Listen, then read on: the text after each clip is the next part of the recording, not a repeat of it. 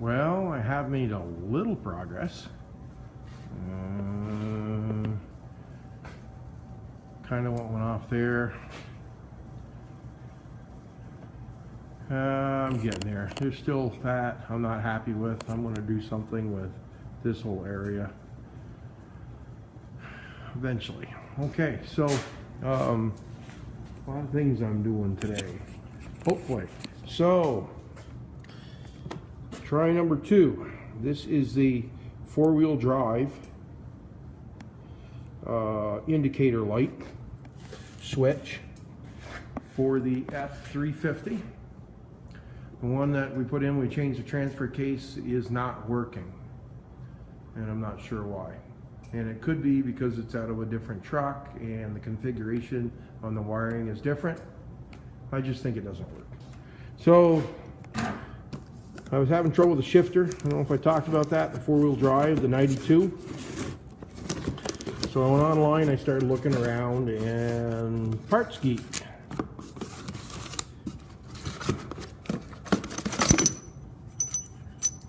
So this basically would sit like this against the transfer case, and then of course your rod will have to I'll have to adjust it where it needs to be, and of course this moves back and forth, and I don't think I can do it, but there is it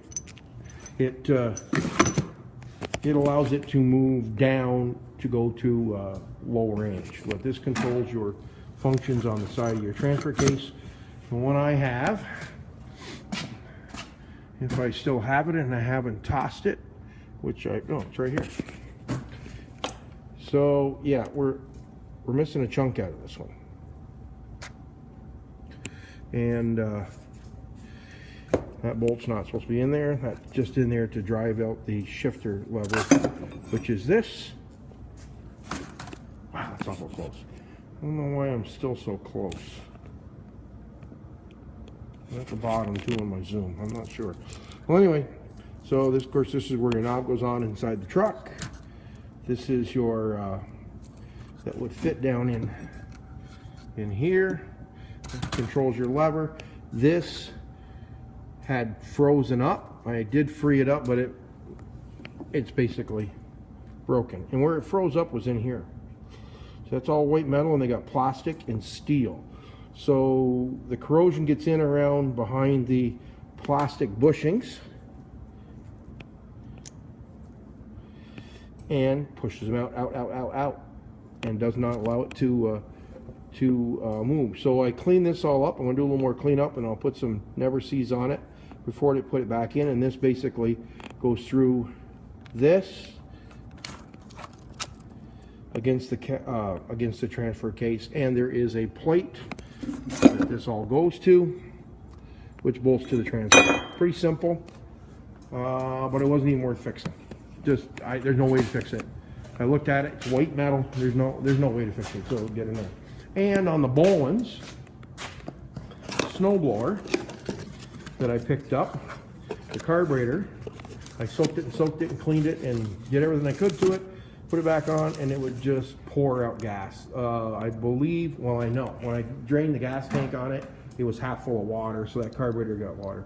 So a carburetor kit online is roughly the same price as a replacement carburetor, and I actually put in the Bolins, the Tecumseh number of the carburetor, the engine, the carburetor, Bolins, and it brought me to a website. Like me, I can't remember the website. The ROP shop, Rugged Outdoor Products, right there, and that is an exact match for this carburetor. And I looked at it, and the quality's not bad on it at all. $13.50 delivered. How can you go wrong? Okay. So next project I talked about one of the last videos. We're going to I have put the fuel pump on the Indy 500 trail right here, the new one. It's a high flow systems HFP 602. I tried the original one I tried was right from Polaris, and didn't last. Way down in there.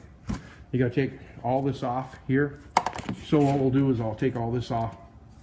Have to unplug all this stuff. The recoil moves out of the way. There's a bunch of little gaskets in the way, or excuse me, gas lines that you got to unplug to get to it. And yeah. So when I was at Harbor Freight the other day, we were picking up stocking stuffers. This is after Christmas. This is before Christmas. So right there. Wow, was that bright? So I got one of these, and it's magnetic. Well, when you're working on stuff and your lead light's too big, but you really got to look down in something,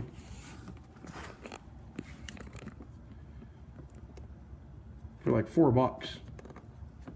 I don't care how long it lasts. It's pretty good lighting for $4. Okay, so diagnostics on this. What I have is, I think I probably talked about this before. This is a power probe. Circuit testing. You hook it up to your battery. And see, it lights up. It's ready to go. So you can go positive or negative. You can check for a ground. No ground. Check for positive, and we'll get this up here where you can see 12.6 in the battery. I've had the battery on the battery charger because the battery's been we didn't ride this sled last year at all because the pump was bad on it, and it would intermittently stop on you. Couldn't leave the garage with it, basically. By the time I got to the end of the garage door, it would quit. So, but this tells you power. It's audible. It'll give you it'll give you when you hit a ground, it'll give you the ground noise. I don't think it's going to do it because I'm not. Gives you green light, show me there's a ground. Let's see if I can do this again. Green light on the negative for ground. Right there, shows up red, 12.6. Battery's holding good. So I basically went down and I probed the, I unhooked the plug-in for the fuel pump. I hooked the external ground.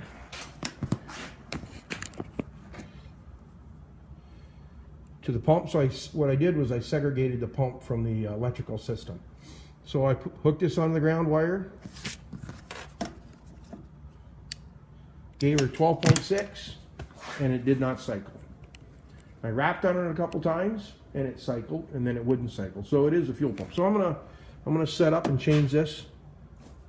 Basic hand tools, another lead light, impact, odds and ends of ratchets, screwdrivers, butt end connectors, the mini torch, and so I'll bring you back when I got that done.